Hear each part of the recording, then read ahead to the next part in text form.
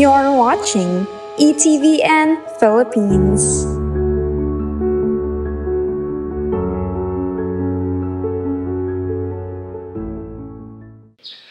Ama namin sa langit, medyo maganda po, Panginoon, ang aking boses. Salamat sa inyo. Salamat po lagi at una sa biyaya ng buhay na po, biyaya ng aming mabuting kalusugan sa lahat pong ito.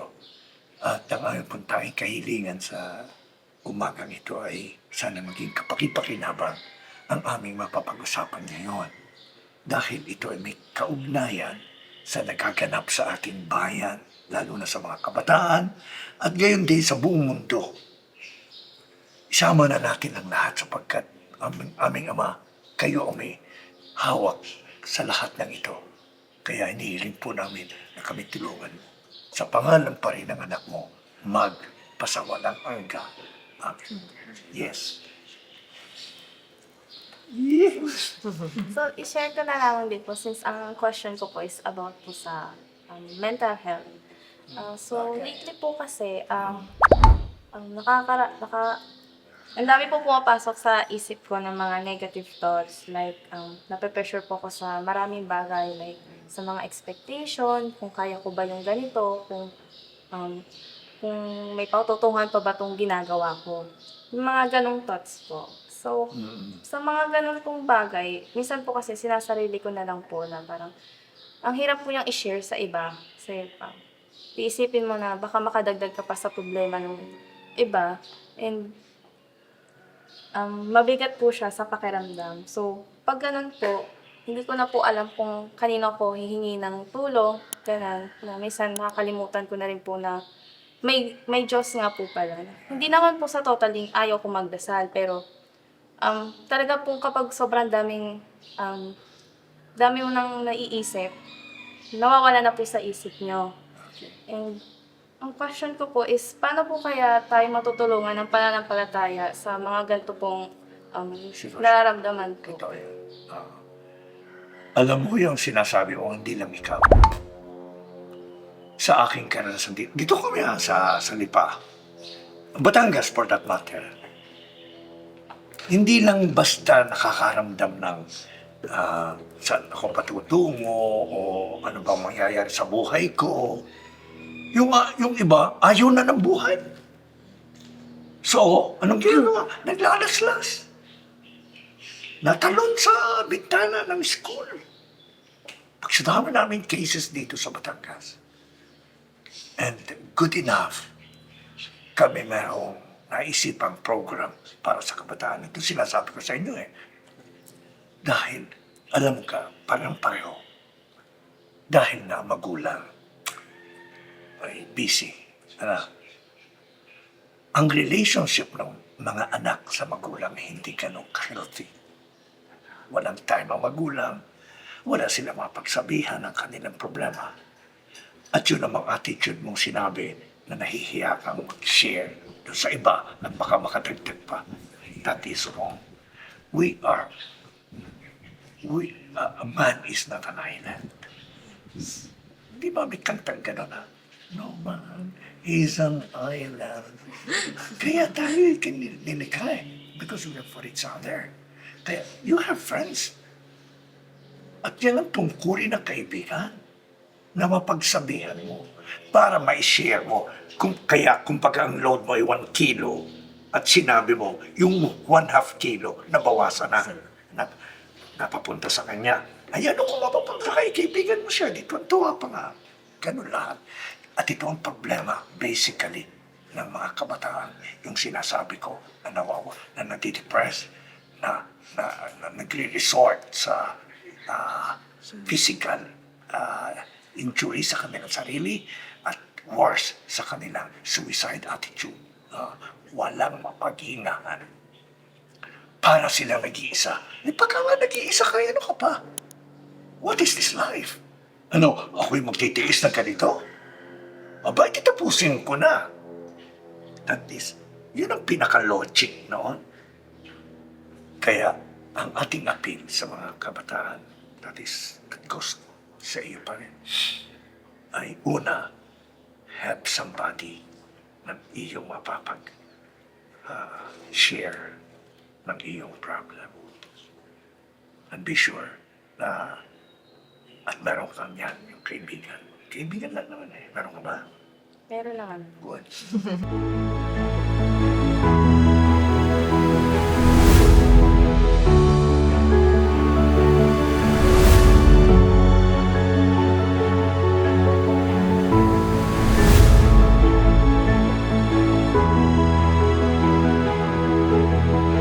You're watching ETVN Philippines.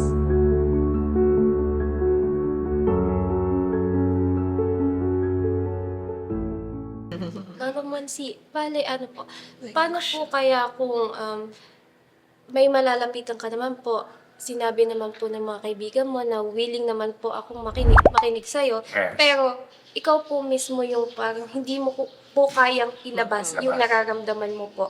Abay, that will be your problem na. Pagka ganon, so we appeal. Oo. Sa kung mayroong kabataan nakikinig dito, na hindi tamang attitude yun. Oo. Kung kayo natatakot magsabi sa magulang, meron pa namang iba kayo mapapagsabihan. At yan nga sinasabi ko mga kaibigan, kamag-anak o ninong-ninang, kung meron pa, na sa tingin ninyo ay, pero hindi maaari inyong kikimkimin niya, sasabog yan. Hindi pa pwede. And, ang aking last appeal, talk to God. Yun, talagang papakinggan ka. Pumunta ka sa kwarto, magdasal ka, lumuhod ka, anak, madali naman eh. Alam niyo ba si God? He is there. Ano ba sabi sa atin? Ano ba natutunan natin sa catechism? God is everywhere. So you just sit down kung gusto mo lumuhod ka and then i-voice out mo yung gusto mo para kang nakikipag-usap sa tao. Wala. Hindi ka mahihiya. Wala. Hindi man eh. Dahil ang kausap mo, wala. Hindi mo makita. Sa isip mo lang. Pero makipag-usap ka sa Panginoon. At panahon na pagka dumadating ang ganyang sitwasyon. Dito nakakatulong ang pananampalataya. Ang pananampalataya kasi ay beyond the natural. Ang natural, kaibigan, kamag-anak, kapatid, lahat, magulang. Pero ito, ang God is over, supernatural, beyond the natural. Kaya si God. And when you talk to God, He listens. Sigurado yan. Ba't sa mga nakasulatan? Manalangin kayo. Oh. And at to sa, ano ba ito? Sa isang salmo, if today you listen to His voice, harden not your hearts. Huwag patigasin ang inyong puso.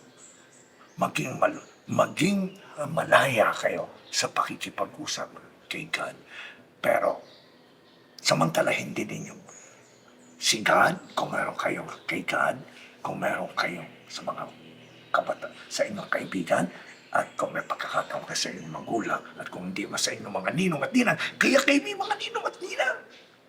Hindi yan para na magpakimkim sa inyo ng pera at mano po pagkapasok ko, hindi. Talaga kung ginawa silang pangalawang magulang ninyo na mapupunta, meron tayong mapupunta nito ng alaala.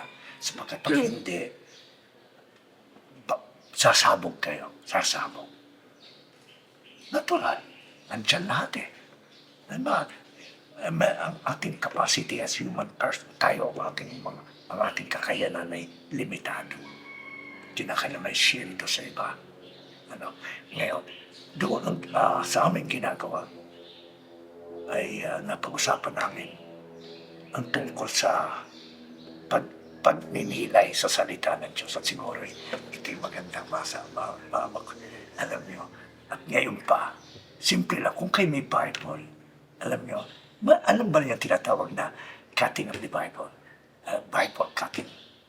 Ang Bible cutting, especially doon sa gospel, yun ho ay sa bagong tipan, Ang gospel ho ay 4. Kay San Mateo, kay San Marcos, kay San Lucas, at kay San Juan. Bubuksan ninyo ang Bible. And precisely, doon sa 4, huwag na kayong lalampas doon. No? Basta alin man sa 4. At yung Bible, meron 2 pages. May kaliwa at may kanan. At meron siyang na itaas at meron siyang ibaba. Ang Bible cutting is like this. Buksan nyo, at pag nakita nyo mata yun na, taas nyo ang inyong mata sa langit. At ito inyong finger ay ikwan nyo, i-point nyo sa alinman sa side, left side, right side ng kwan, ng page, o down, o sa bottom side, bottom right, bottom left, or up right, up, kung alinman. And then, subukan nyo ho, subukan lang. Ano? At kayo matutuwa sapagkat yung inyong problem at iniisip nandun, sasagutin kayo ni God. But before mag-Bible cutting kayo, humingi muna kayo ng tulong kay God. Lord, Panginoon, tulungan mo po ako. Hindi ko na kaya po ito. Hindi ko na po kaya. Kaya, tulungan mo ako. Sabihin mo sa akin kung anong dapat kong gawin. At bubuksan ko ang iyong aklat, ang aklat ng salita ng Diyos. Because salita ng Diyos yan, kay ka dyan. Kaya mangusap ka sa akin. And then, open the Bible. Sabi ko, alin man sa 4, nagkastan sa bagong taon. Ano? At either sa itaas, doon sa itaas, kaliwa kanan sa itaas, kaliwa kanan sa baba. And natuwa. Meron pa kaming ibang pamamaraan, pero more complicated. Pero hindi ko may papaliwanag ngayon. Ang sinabi ko lamang ito. Dahil talagang problema ng mga kabataan. And I hope, ito'y mabanggit sa media. May mga ganitong pangyayari. Paano? Dapat ibig ko sabihin, matake up ito at mapag-usapan kaysa kung mga impeachment na yan. Ano ba yan? Isama ito dahil kawawa mga kabataan. Yun po. At ang katapusan ko pa masasabi ay, of course, laging prayer. Pero, Wala. Yes. ano po yung mapapayo nyo kapag, halimbawa po, nagdasal po, pero hindi po gumaan yung pakiramdam nila? Gagaan at gagaan. Gagaan at gagaan. Sapagkat nakipag-usap ka sa poong may kapal. Hindi maaari. At pwede mong murahin si God. Lord, ano ba yan? Wala na nga akong masapagsabihan. Hindi mo pa ako para... You can. Para lang may ilabas mo ang iyong sama ng loob. Kaya kay God ilabas ang iyong sama ng loob. Walang masama. Sinabi ng mga banal. Yung mga banal ay talaga nagrereklamo sa Diyos. Panginoon, paano ito? At sa kanila naman iba. Nakalimutan mo na yata ako. Wala akong problema. Yun naman sa kanila. Kasi pagka walang problema ang tao, parang kalimutan ka ng Diyos. Bakit? Ang problema kasi ay paraan at daan para mo maalaala ang Diyos, para humingi ka ng tulong. Ganun naman yun eh. Yan ang sistema ng buhay.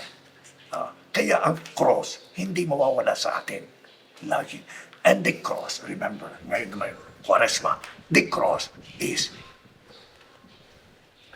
the cross is the way of salvation. Kung walang cross, no salvation. Kung si Jesus ay hindi namatay, walang kaligtasan. At muli nabuhay. At sino ang nabubuhay? Hindi yung may cross. Yung namatay. Kaya mamatay ka muna. At pagka namatay ka, ngayon, hihingi ka ng tulong kay God. Yung mga depression, kamatayan yan. Hindi pangalaang physical. Malapit na. Humingi ka ng tulong. And that God, tutulungan ka para kang makatawid mula sa iyong depression, papunta sa happy feeling, good feeling. Hindi ka pababayaan. Kaya ulitin ko, walang panalangin hindi pinapakinggan ng Diyos. lalo na kung kailangan. Amen?